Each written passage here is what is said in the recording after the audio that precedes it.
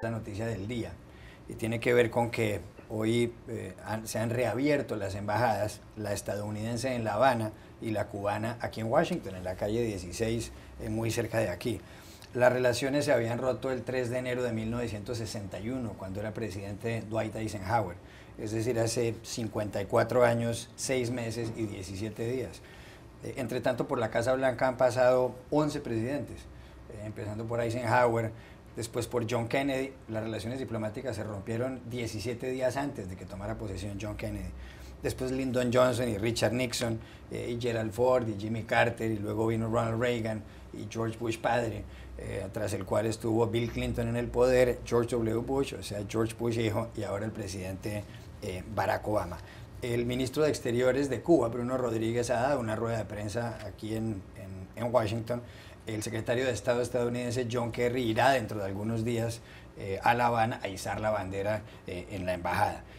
Hay varias preguntas que subsisten ahí y hoy el diario The New York Times se las hacía.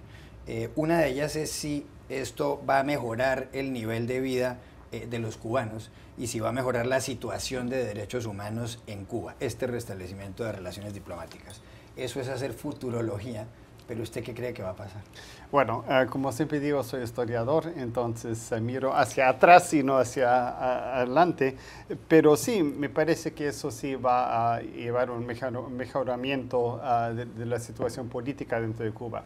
Y lo digo por una sencilla razón. Yo me imagino tener a decenas de miles de estudiantes universitarios norteamericanos pasando ya por Cuba, por lo que se dice Spring Break.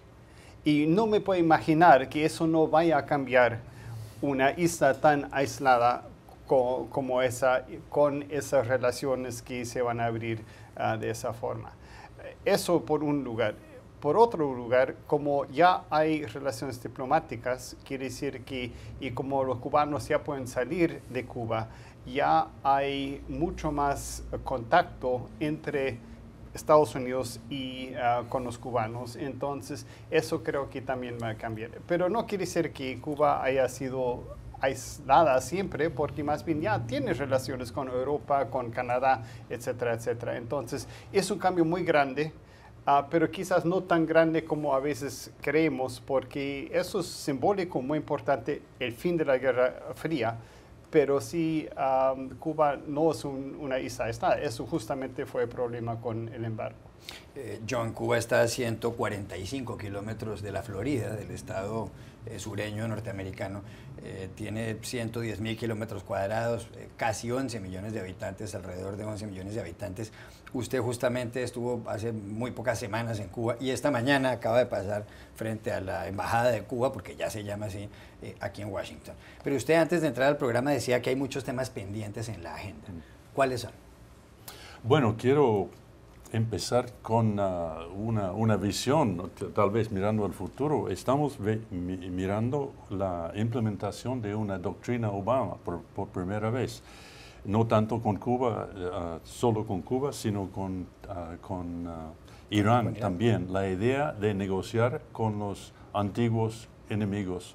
Y es muy importante, uno de los temas más pendientes, de que es más obvio, es la restricción a los viajes a los norteamericanos. Eso parece obvio porque ha sido durante muchos años así, pero se basa en la idea de una ley de 1916 de comercio con el enemigo. Bueno, y se puede prohibir los viajes con esos países. En este momento, a partir de hoy, por lo menos oficialmente, Cuba no es enemigo. Entonces, falta la autoridad legal, constitucional, de implementar una restricción a los viajes. Además, bueno, como sabemos, ya es prácticamente un simbólico la restricción. Es muy fácil viajar a la isla. Las propiedades nacionalizadas es un tema tal vez más agudo. Son entre 5 y 10 billones de dólares de propiedades nacionalizadas Bueno, y por el otro lado, muchas propiedades privadas. Es decir, que eran de ciudadanos estadounidenses y fueron expropiadas cuando triunfó la revolución castrista el 1 de enero de 1959. Claro, y a través de los próximos 2 años. Y tenía mucho que ver con el romper las relaciones. Bueno, por el otro lado, hay daños económicos causados por el embargo, por el bloqueo norteamericano. Entonces, la manera de ver eso es muy interesante porque se va a contrastar daños a los cubanos con daños a los norteamericanos y tal vez sale como cero o algo muy parecido. No sé, eso va a ser un tema muy interesante. Y bueno, finalmente vamos a tener un embajador en Cuba, obviamente Estados Unidos es muy claro que ningún embajador va a pasar por el Senado con el control republicano, pero Obama, algunos están diciendo que lo que él está pensando hacer es poner un candidato, una persona de muchísimo prestigio, como Chris Dodd, por ejemplo, antiguo senador por Connecticut, senador y encargado de la Comisión de América Latina, a una persona conocida en toda la región. Sería una movida muy interesante, ¿no? Es difícil que los senadores voten contra él. Entonces, muchas cosas muy interesantes, y bueno, podemos hablar de muchos temas más, pero es un momento histórico. Claro, es que justamente, Pedro, lo que dice John, para que Obama nombre un embajador en La Habana, pues tiene que proponer el nombramiento, someterlo a consideración del Comité de Relaciones Exteriores del Senado, y como tanto en el Senado como en la Cámara aquí en Washington tiene mayoría la oposición del Partido Republicano, y ya le han anunciado los republicanos a Obama en el Poder Legislativo que le piensan bloquear el embajador. Seguramente eso tomará un tiempo. Pero justamente como los republicanos tienen mayoría en el Senado y la Cámara, ahí está pendiente el embargo a Cuba. Una cosa son las relaciones diplomáticas que se han restablecido hoy plenamente, otra es el levantamiento del bloqueo o del embargo económico a Cuba, que depende del Congreso aquí en Washington. ¿Usted cree que el bloqueo se va a levantar? Bueno, yo creo que hay que conectar los dos puntos. Hoy se está abriendo una embajada en Washington y una embajada en La Habana.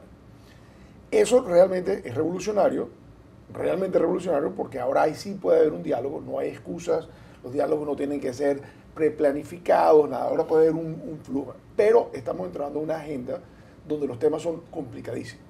Hay temas que si no se manejan en esas reuniones bilaterales, que serán muchísimo más frecuentes, no vas a poder ir al Congreso a explicar que se está avanzando y que tiene sentido desmantelar el embargo, porque el embargo tiene sus razones, tiene sus restricciones, y algunas de esas tú vas a tener que llegar a decir, hemos negociado esto bilateralmente, se están haciendo avances, por lo tanto, la respuesta a esto es ir desmontando los pedazos del embargo que estaban reflejados con este tema. Entonces, en el avance en la agenda bilateral va a dar pie a si hay o no hay una buena relación con el Poder Legislativo. Entonces, ese es el reto de lo que viene ahora. O sea, pasamos de una cosa simbólica, que es lo que estamos viendo en televisión en este momento, a cuáles de estos temas bilaterales van a avanzar suficientemente bien para poder convencer al Congreso de que esta es una relación donde los Estados Unidos está obteniendo algo a cambio y que básicamente sí hay razones para ir desmantelando elementos del embargo. Si esto simplemente queda en el simbolismo de la apertura de embajadas y empezamos a encontrarnos que en estos temas álgidos que comentó el profesor no hay solución, el Congreso se va a trancar con toda justificación. Entonces, lo importante aquí es cuál es el triunfo temprano, qué es la primera cosa que sale después de este elemento que es meramente simbólico. ¿Cuál de los temas se va a resolver? No creo que va a ser el tema de la compensación por las propiedades expropiadas. Puede ser algún tema de liberar más presos políticos, del trato, inclusive. Parte del problema que yo veo es que pueden ir muchos americanos, pero ellos no quieren que vayan muchos americanos. O sea, una cosa es hablar mal del bloqueo y otro es reconocer que el bloqueo le ha interesado siempre al régimen y ha sido la manera que el régimen ha mantenido el control político, y la excusa para el sistema político que tiene es el bloqueo. Uno se baja del aeropuerto, es bloqueo, vaya de bloqueo, pero en el fondo, como decía el profesor Lange, Cuba ha tenido relación con 180 países y ha tenido inversión española, inversión mexicana, inversión canadiense, Pero hoy en día uno ve, por ejemplo, en la apertura económica de Cuba, ellos no quieren que los cubanos sean exitosos. Ellos quieren que el cubano sustituya un salario del Estado con un pequeño ingreso como cuenta propista, que es como llaman ellos el emprendedor. Pero no les interesa tampoco el éxito. Entonces, el problema no es solamente Estados Unidos. El sistema cubano no va a cambiar porque hay una embajada en Washington.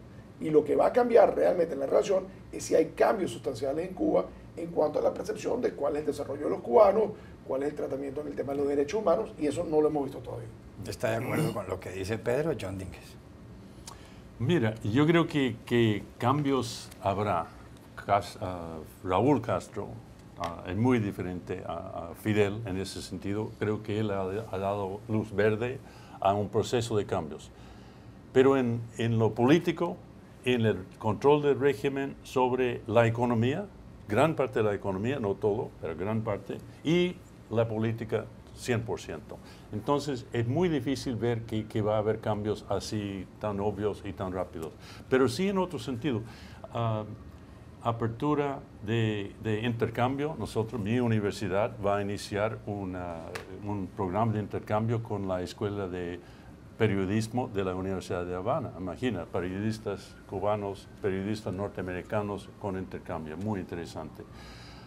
Había una propuesta que leí hoy día en la mañana, muy interesante, en la revista On Cuba, que es una revista que trabaja en Cuba, pero es oficialmente norteamericano, ¿no? Hemos conversado sobre eso antes. Sí.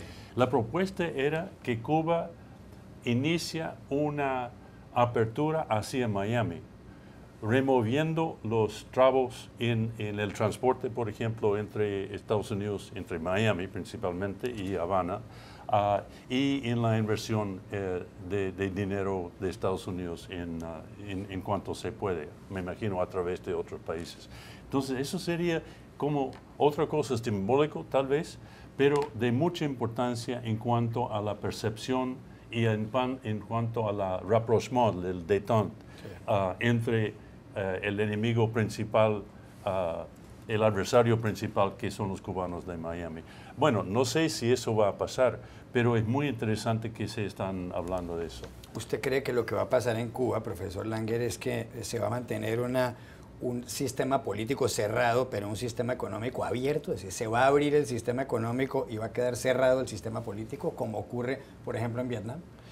Exactamente eso es lo que creo que los cubanos quieren, y puede ser que el Congreso les ayude con eso, y se necesitan dos para bailar el tango, ¿no? Entonces, el Congreso, que está en manos de los republicanos en este momento, no quiere bajar la guardia, no quiere mantener el embargo, y eso permite a Cuba todavía seguir como víctima y mantener su posición política así bastante cerrada. No creo que el gobierno vaya a cambiar voluntariamente, sino que eso va a pasar simplemente porque ya no se puede contener. Espero que sea como, digamos, en Alemania Oriental, algo así después de un tiempo, simplemente porque Estados Unidos está tan cerca. Y se puede llegar tan rápido a Cuba y tiene tanta influencia. Pedro, con esta histórica reanudación de relaciones diplomáticas entre Estados Unidos y Cuba, se habla también mucho de Venezuela. Todos sabemos que uno de los grandes apoyos del gobierno venezolano, presidido ahora por Nicolás Maduro y antes por Hugo Chávez, hasta cuando falleció como consecuencia de un cáncer, ha sido el régimen cubano. Los hermanos Castro han apoyado mucho a Venezuela. La relación de Estados Unidos y Cuba estaba rota, y la relación de Estados Unidos y Venezuela no ha estado muy bien. Justamente en diciembre el Congreso aquí en Estados Unidos, y la firmó el presidente Barack Obama, pues expidió una ley por la cual se impusieron sanciones a personas del entorno de Nicolás Maduro, no al país, no a Venezuela, sino a personas del entorno de Nicolás Maduro. ¿Qué va a pasar con ese ajedrez político, con Estados Unidos restableciendo relaciones con Cuba, teniendo relaciones tensas con Venezuela, y Cuba como apoyo de Venezuela? ¿Qué va a pasar ahí? Bueno, Cuba como apoyo de Venezuela y Venezuela como apoyo de Cuba. En realidad, el modelo, creo, cubano no ha cambiado. La economía, parte de la discusión que estamos teniendo aquí, no había cambiado porque Venezuela, a partir del 2003, le había dado a Cuba suficiente dinero para sobrevivir sin exigir ningún cambio. Era un dinero incondicional, y un dinero que yo creo que el fidelismo en particular se había vuelto bastante adicto a ese dinero. Yo creo que Raúl y el equipo de Raúl veía que en la reforma, en la transformación del país a un modelo más parecido al vietnamita, como estamos hablando, había mucho más dinero, había mucho más posibilidad de crecimiento, y yo creo que esa es la tensión inherente que hay en Cuba entre el ala fidelista del castrismo y el ala raulista del castrismo. Entonces hay que verlo desde ese punto de vista, está variado. Yo percibo que del ala raulista del castrismo hay un distanciamiento hacia Venezuela. Las negociaciones, de hecho, para llegar a este momento de apertura de la embajada, que tardaron 1 año y medio y fueron en secreto, se hicieron a espaldas de Venezuela.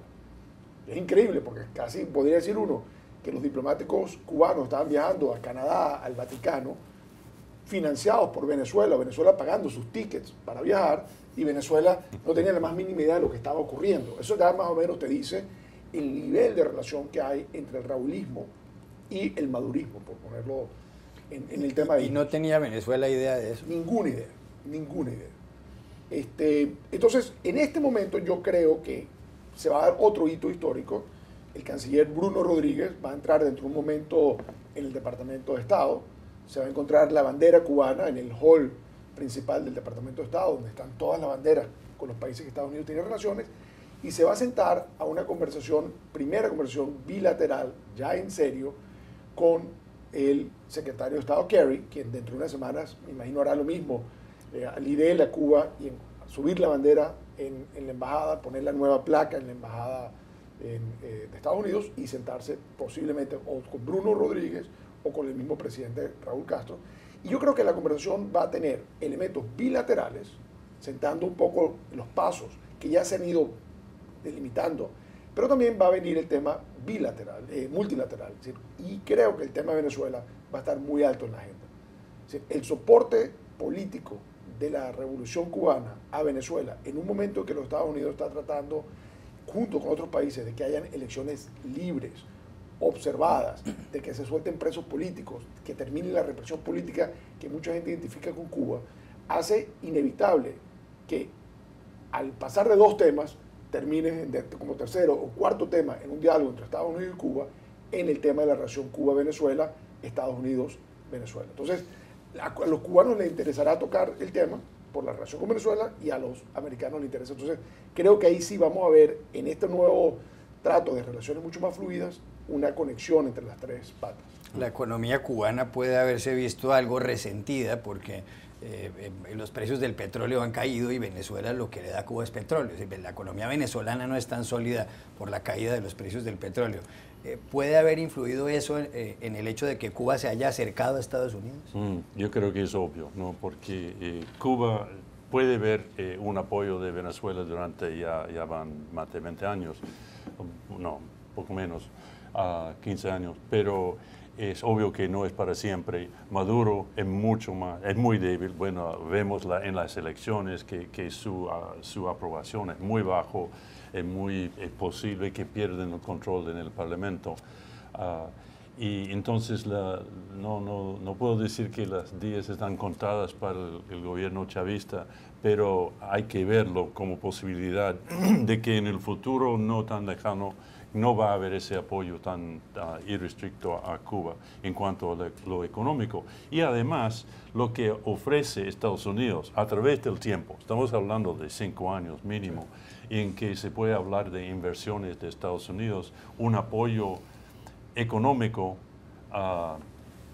tan grande posiblemente como es ahora el apoyo venezolano y mucho más histórico, mucho más en el largo plazo. Yo creo que Raúl vea el futuro no como aliado de Estados Unidos, pero sí con una relación normal económico con Estados Unidos y que reemplace o complemente lo que tiene con Venezuela. Eric Langer. Creo que hay que agregar un actor más, y eso es China. China ha empezado a apoyar sistemáticamente a los gobiernos de izquierda en América Latina. Incluso Venezuela, que Venezuela le debe miles de millones de dólares, y lo está haciendo lo mismo con Cuba. Entonces creo que en ese sentido Estados Unidos va a tener un contrincante allá, un contrapeso que seguramente Cuba va a tratar de utilizar para no depender tanto de Estados Unidos, sino que ahora el otro patrón, digamos quizá patrón una palabra muy fuerte, pero sí aliado, va a ser la China justamente para frenar la influencia norteamericana. Y Pero creo Eric, que eso... Eric, una pregunta, ¿eso por qué no ha ocurrido hasta ahora? Porque nadie está impidiendo que China haya podido hacer eso y fíjate que hay relaciones, hay viajes, pero no se ha materializado en grandes inversiones. China ya lo está haciendo. Más pero bien, muy pequeño. sí, hasta ahora, porque no ha tenido por qué. Porque Venezuela lo ha hecho, pero ahora sí, yo creo, pero vamos a ver, no podemos predecir el futuro. Si no, yo estaría en una playa ahora en la Florida tomando un mojito o algo así. Y yo creo que eso sí es un factor que hay que tomar en cuenta también. Últimos 2 minutos, 3 minutos de programa, Pedro, a propósito de Venezuela. El diario El País de Madrid publica hoy un artículo que tiene que ver con las elecciones legislativas que están previstas en ese país para el 6 de diciembre. Resulta que, según el país, lo que está haciendo el régimen venezolano, o por lo menos el poder electoral, es poniéndoles muchas trabas a los candidatos de la oposición para llegar al poder legislativo en Venezuela. Hace pocos días inhabilitaron por 1 año para ejercer funciones públicas la Contraloría venezolana a María Corina Machado, una de las dirigentes de la oposición. Pero hay más cosas. Por ejemplo, ahora el Consejo Nacional Electoral ha dicho que tiene que haber paridad en cuanto a sexos, es decir, mujeres y hombres en las listas. Y resulta que la oposición ya había organizado unas elecciones primarias y hay muchos más hombres que mujeres. Esto va a obligar a la oposición a cambiar absolutamente todo y va a complicar muchísimo la vida. Hay suspendido, por ejemplo, a Pablo Pérez, que era gobernador de Zulia, por 10 años para ejercer cargos públicos. Está el régimen de Maduro, si se puede llamar así, o por lo menos el poder electoral o la Contraloría, poniéndole zancadilla a la oposición para estas elecciones de diciembre, o lo que pasa es que tiene razón la Contraloría, por ejemplo, al sancionar a María Corina Machado, porque ella no incluyó unos detalles en la declaración de la renta. Yo creo que para conectarlo con Cuba, hace un par de años se filtró una conversación entre un periodista del régimen venezolano, muy conocido por sus programas durísimos en el canal de televisión del Estado, en que él hablaba con un agente del G2 cubano y él le narraba que en conversaciones que el periodista había tenido con Fidel Castro le había dicho: hay que ponerle fin a esas elecciones burguesas en Venezuela porque es capaz que así vamos a perder el poder. Y él delata en la conversación con el agente de la inteligencia cubana la conversación de Fidel, la preocupación creciente que tiene quienes apoyan políticamente al régimen de que la popularidad va cayendo y ganar elecciones es cada vez más difícil. De hecho, si vemos la elección del 2013, que supuestamente ganó Maduro y que Capriles dijo que no la había ganado, y fue al Tribunal Supremo y presentó una serie de evidencias de por qué esa elección había sido quizás fraudulenta, es a partir de ese momento realmente que comienzan las conversaciones entre los Estados Unidos y el raúlismo. Sí. Es decir, que a mí, más que el tema petrolero, me da la impresión de que los cubanos se dieron cuenta lo difícil que era mantener el poder en Venezuela por la vía electoral y que al final esto se iba a perder electoralmente. No es la culpa de nadie que una elección parlamentaria, el 6 de diciembre, tenga la característica, porque no, aquí no, el concepto de cohabitación, de que vamos a perder, el chavismo pierde el Congreso y simplemente sigue gobernando, es imposible. La visión de la revolución es tomar todos los poderes, controlar todo, evitar cualquier tipo de control sobre ellos, sobre la actuación de ellos. Por lo tanto, ellos ven la pérdida del Congreso como la pérdida del Ejecutivo, como la pérdida del poder, como una derrota total para la revolución. La visión de ellos de estas elecciones es mucho más cataclísmica que la visión de la oposición, que quiere simplemente ocupar mayores espacios y desde el Congreso tener algún control y limitar la acción del Ejecutivo. El Ejecutivo o la revolución lo está viendo de otra forma. Entonces, todo lo que tú estás viendo son las patadas de un régimen que se ve ahogado, sí, que ve las encuestas y está dispuesto a hacer cualquier cosa, porque si perder el poder es una certeza con consecuencias altísimas, tratar de robártelo todavía tiene sus problemas, pero al menos quizás hay alguna posibilidad de mantenerte en el poder. Y yo creo que eso es lo que vamos a ver de ahora en adelante.